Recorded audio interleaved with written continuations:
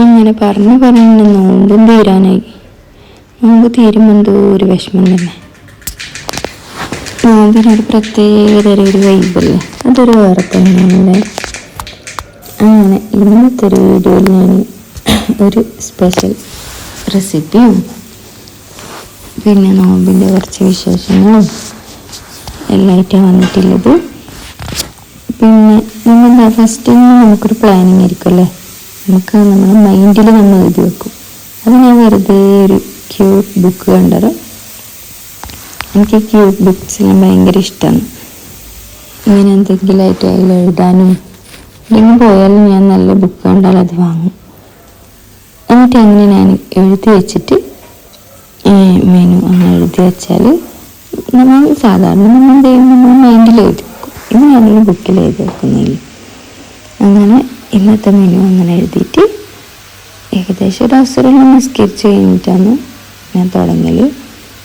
എന്തെങ്കിലും ഇഫ്താർ ആരെങ്കിലും പാർട്ടി അങ്ങനെ എന്തെങ്കിലും ഉണ്ടെന്നുണ്ടെങ്കിൽ നേരത്തെ തുടങ്ങും. അങ്ങനെ ഇന്ന് ചിക്കൻ മോമോസ് ഉണ്ടാക്കാമെന്ന് വിചാരിച്ച് കൂടെ ദോശയും ബീഫ് കറിയും അങ്ങനെയാണ് ഇന്നത്തെ മെനു.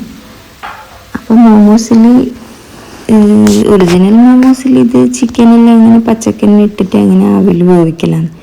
അപ്പം എന്തോ പോലെ എനിക്കത് ചിക്കൻ വെന്തിട്ടെങ്കിലോ എന്നുള്ളൊരു സംശയമായിട്ട് ഞാൻ ചെറുതായിട്ടൊന്ന് വേവിച്ചെടുത്തിട്ട് സോയാ സോസും ഇഞ്ചി വെളുത്തുള്ളി മല്ലിയില ചെറുനാരങ്ങ നീര് അങ്ങനെയെല്ലാം ഇട്ടിട്ട് ഈ ചിക്കൻ നമ്മൾ നല്ലൊരു മസാലക്കൂട്ട് പോലെ ആക്കിയിട്ട് വെച്ചിട്ടുണ്ട്. വേറെ ഒരു പൊടിയുമില്ല, കുറച്ചൊരു പെപ്പർ പൗഡർ ഉണ്ട്, അല്ലാതെ പച്ചമുളകുണ്ട്, അല്ലാതെ മുളക് പൊടിയോ ഗരം മസാലയോ ഒന്നും ഞാൻ ആഡ് ചെയ്തിട്ടില്ല.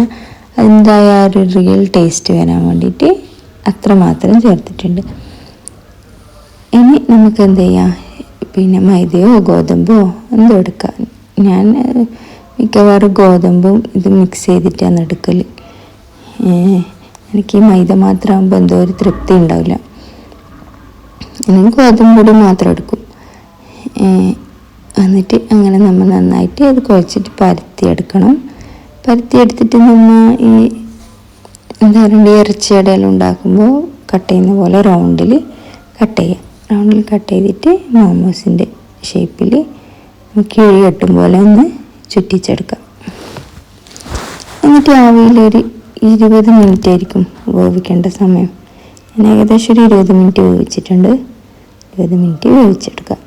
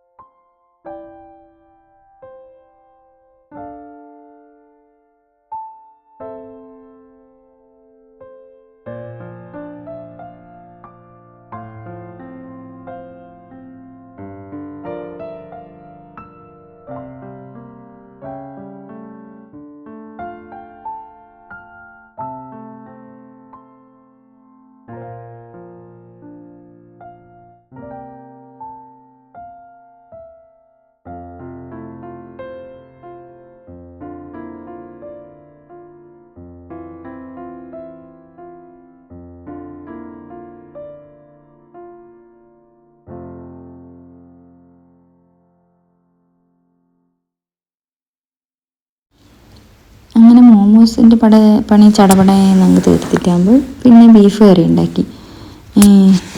അപ്പോൾ നോമ്പ് മുറിക്കുന്നതിന് മുമ്പേ ഉണ്ടാക്കി വെച്ചാൽ, കറി ഉണ്ടാക്കി വെച്ചാൽ പിന്നെ നമുക്ക് അപ്പം പിന്നെ ഉണ്ടാക്കിയാൽ പ്രശ്നമില്ല. അപ്പോൾ അങ്ങനെ ഞാൻ വേഗം കറിയെല്ലാം ഉണ്ടാക്കി വെച്ച് നോമ്പ് മുറിക്കേണ്ട ടൈമായി. അങ്ങനെ ഫ്രൂട്ട്സും ജ്യൂസും എല്ലാം കൂടി നമ്മൾ നോമ്പ് മുറിച്ച്. ചില ആൾ പിന്നെ നോമ്പ് മുറിക്കുന്ന സമയത്ത് തന്നെ ഇങ്ങനെ അപ്പം കറി അതെല്ലാം തിന്നുന്നുണ്ടാവുമായിരിക്കും. നമുക്ക് പക്ഷേ അതൊന്നും പറ്റില്ല. നമുക്ക് ഫ്രൂട്ട്സ് എല്ലാം നല്ലോണം കഴിച്ച് പിന്നെ എന്തെങ്കിലും ഒരു കുട്ടികൾ എല്ലാം നോമ്പെടുക്കുന്നുണ്ട് എന്തെങ്കിലും ഒരു സ്നാക്കും കഴിച്ച് പിന്നെ ഒരു 10, 10, 11 മണിയെല്ലാം ആകുമ്പോഴാണ് നമ്മൾ ഫുഡ് കഴിക്കൽ. ഇന്ന് നോമ്പ് മുറിക്കാൻ വേറെ ഐറ്റംസ് കിട്ടി. അപ്പുറത്തുനിന്ന് നെയ്ബർ കൊണ്ടു തന്നതാണ്. മീനടയും ഇറച്ചിയടയും പിന്നെ ചിക്കൻ വെച്ചിട്ടുള്ള വേറൊരു അപ്പവും എല്ലാം ഇത് നെയ്ബർ തന്നതാണ്. അങ്ങനെ വിഭവസമൃദ്ധമായിട്ട് നോമ്പ് മുറിച്ച്. പിന്നെ ഒരു ഐറ്റം കൂടിയുണ്ട്. ഇത് ലുലുവിൽ ഉണ്ടായതാണ്. ഒമാലി എന്ന് പറഞ്ഞിട്ട് മറ്റേ ക്രോയിസൻറ്റും നട്ട്സും പിന്നെ ഇതെല്ലാം നല്ലൊരു പാലും മിൽക്ക് മെയ്ഡെല്ലാം മിക്സ് ഇട്ടിട്ട് ഇതാക്കിയത്. ഇത് ഒരു വെറൈറ്റി ടേസ്റ്റ് ഉണ്ട്.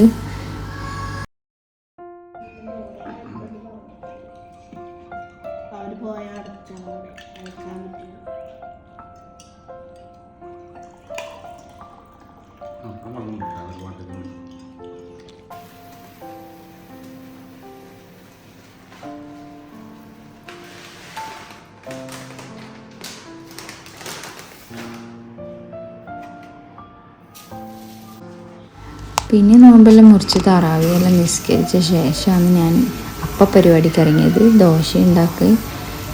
ഇത് ഞാൻ തെങ്ങൂന്ന് വാങ്ങിയൊരു ബൗളാണ് കേട്ടോ. ഇത് നല്ല ഹെൽപ്ഫുള്ളായിട്ടുണ്ട് എനിക്ക്. ഇത് നമുക്കൊരു ചെറിയ ഫാമിലിക്കെല്ലാം ഒരു 2 കപ്പ് 2-2.5 കപ്പ് അരി 3 കപ്പ് അരി വരെ ഇരുന്ന് കഴുകിയെടുക്കാം. ഓവർ സൈസിൽ ഒരു മീഡിയം സൈസിൽ ഇത് ഞാൻ ഇരുന്ന് പയറ് പരിപ്പ് അങ്ങനെയുള്ള ഐറ്റംസ് എല്ലാം കഴുകിയെടുക്കും. ഒന്നുപോലും നമുക്ക് എന്ത് ചെയ്യുക പോവില്ല.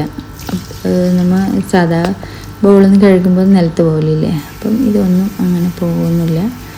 ഹെൽപ്ഫുള്ളായിട്ടുള്ളൊരു ഐറ്റം തന്നെ. അപ്പം അങ്ങനെ നല്ല നാടൻ ദോശ ഒന്നാണ് ഒരു പൂതിയായിട്ട്. പത്തിൽ തന്നെ ഇപ്പോൾ ഉണ്ടാക്കുമ്പോൾ ഒരു രസമില്ല. അങ്ങനെ നാടൻ ദോശയും ഉണ്ടാക്കി. പുളിയില്ലാത്ത ദോശയില്ലേ, നമ്മൾ മലബാർ ദോശയും ഉണ്ടാക്കി. ഈ ബീഫ് കറീനെ ഒന്നിനി വറ്റിച്ചെടുക്കണം നല്ലോണം, എന്നാലേ ദോശക്കെല്ലാം ടേസ്റ്റ് ഉണ്ടാവും.